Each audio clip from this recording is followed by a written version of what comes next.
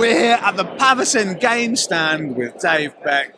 What are you showing off for us at UK Games Expo 2024? Yeah, so this year I'm really excited to show the near final copy of Luthier, The Art of the Instrument. This is going to be kickstarting on July 16th.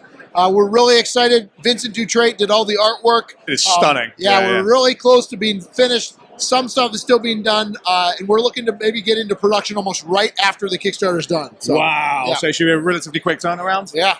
Bam, bam, bam. Yeah. Excellent. So what is, for people that don't know, Luthier? Yeah, so first off, Luthier means a maker of musical instruments, specifically stringed instruments, repairing, making. I chose to expand that a little further, so you're making all instruments. Okay. Harpsichords, pipe organs. All sorts going on. All sorts of instruments. So that's what a luthier is.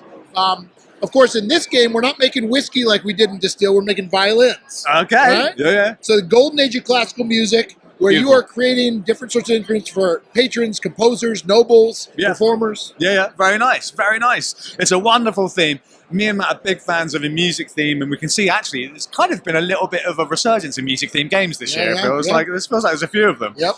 So how does the game play? I mean, I played a very early version of this game. Yeah. So is it still the same roughly mechanically? Roughly the same. So the most unique mechanic is it's worker placement with a twist. Yeah. It's hidden bidding worker placement. What that means is that your family is made up of these different discs that are representing your family members, but each family member has a skill level on them. So that's 1 through 5. What that means is I'm going to send this worker across the board somewhere and place it face down. Only I know the skill of that worker. You don't. Only you know the value. Right? And you know yours. And then what we do is we go to resolve it in the next phase where we lay them out. In this case, the blue player was first player here. Yeah. So they're first to resolve. We flip them over. They got a 3. They're going to get first pick. Oh, but wait a minute. This green player sent a 4, which means they jump ahead of the 3. So it's a higher skill. So they get priority. Higher skill. They butt you in front of the line. Yeah. They get first choice at things. You're trying to repair instruments. You're trying to perform. When you perform, you're actually performing with dice, where you're rolling the dice. That wasn't a very good roll there. No, not a very good performance. Boo. But that's because those are the starting dice. Eventually, you upgrade to the black dice, which are much better if you continue to perform. So you're doing those things. You're crafting instruments, and you're essentially trying to do this all the while creating this for your patrons over on your main workshop board. Yeah. Okay. Oh, okay. Your patrons want certain things. This Beethoven wants a stringed instrument. He might want to repair a performance. But every round, this cube is going to move. And he's going to give you a gift that's directly above that. Okay. He's giving, he's a patron. He's giving you things. He's giving you stuff. The problem is, this also represents time and his patience. Beethoven is a demanding man. Exactly. Yeah. If the cube gets to the end, that signifies that you have not been supporting, keeping up in good grace with him. He's going to leave. He's going to leave. He's like, give me my instruments, or I'm gone. You lose points. It's not good. So you want to keep your patrons happy. Of course. But even more importantly, once you do make them happy enough and do everything for them, you flip it over, you tuck it under, and it builds your engine for the rest of the game. So basically, Beethoven's in your corner then. He's always helping. You're supporting. I got you, bro. I got you, fam. We'll sort you out. Yeah, nice. And all the cards and the character boards, they're all famous musicians of the history. So they're really all everything's historically correct. In fact, that's amazing. There's Stradivari. Yeah, Stradivari, a little bit of background, his birth date, his death date. Beautiful. So we've really done a lot of research, over 40 different historical characters. I've hired a musicologist, so an expert in music, to be able to write biographies. You'll find those in the rules. The last thing I want to point out is there's some area control in the game. Excellent. When I do make an instrument, I'm going to place that instrument. So let's say I make a violin.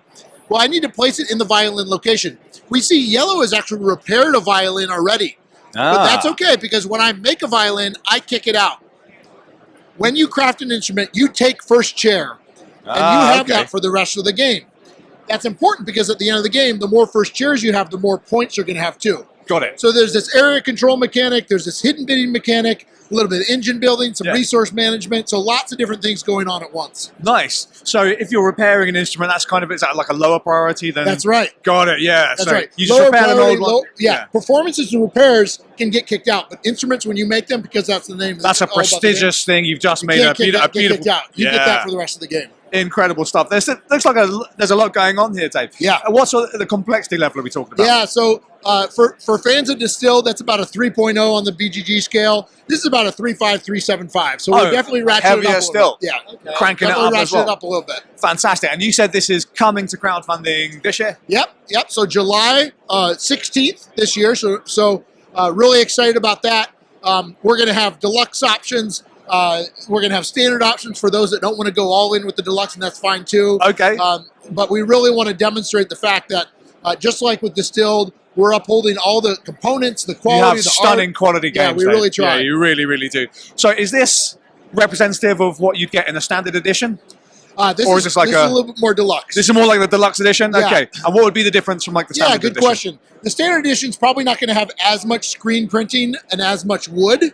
Okay. While the deluxe, everything is wood, everything is screen printed. It's got dual layer boards. We're going to have custom inserts. Every single player will have their own storage tray as well for the deluxe. Oh, wow. Nice. But again, with the standard edition, we want something that is affordable for people too, that just want that game and may want to buy it in retail as well. So we're trying to create both of those options. This, I mean, I did a little demo of this in its early state, and even like it had like no art on it or whatever. It's like very basic, but it was so much fun. I got straight into it. I thought it was amazing. So I could not be more excited about this game, Dave. This is amazing. Awesome. Have you got an expansion for Distilled as well? Yeah. Come on over Should we here. talk about that? Should we have a little wander around? Yeah. Cool. So we had Africa and Middle East. This actually came out with the Kickstarter for those that backed it, but then we released it in retail about 3 months ago. Yeah. For those that didn't back the Kickstarter. So that's available in retail now.